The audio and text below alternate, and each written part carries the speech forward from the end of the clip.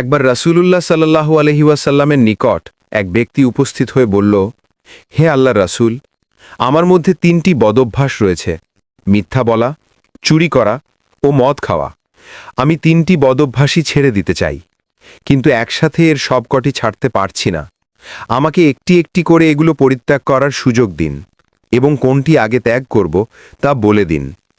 রাসূল সাল্লাল্লাহু আলাইহি ওয়াসাল্লাম একটু চিন্তা করে বললেন, তুমি প্রথমে মিথ্যা কথা বলার অভ্যাস ত্যাগ করো, আর এই ত্যাগ করার ওপর বহাল আছো কিনা তা জানানোর জন্য মাঝে মাঝে আমার কাছে এসো।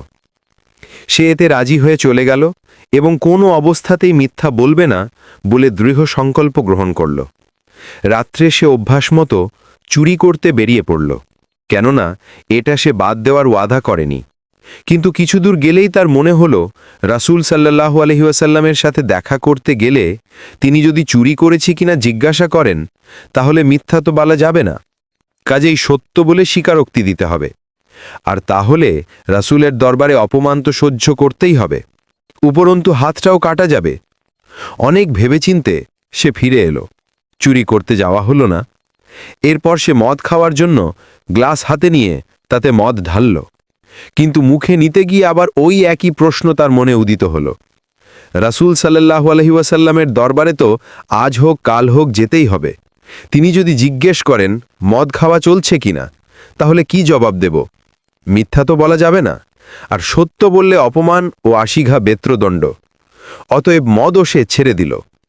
এভাবে একমাত্র মিথ্যা ছেড়ে দিয়ে সে একে একে সব কটি চারিত্রিক দোষ থেকে মুক্তি পেল। রাসূল সাল্লাল্লাহু আলাইহি ওয়াসাল্লাম সত্যিই বলেছেন, মিথ্যা হল সকল পাপের জননী।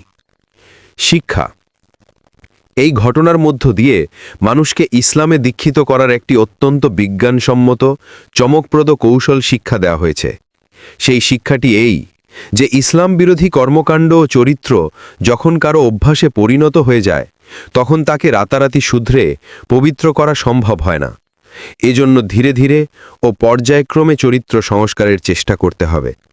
এতে সফলতা লাভ করা সহজতর হবে।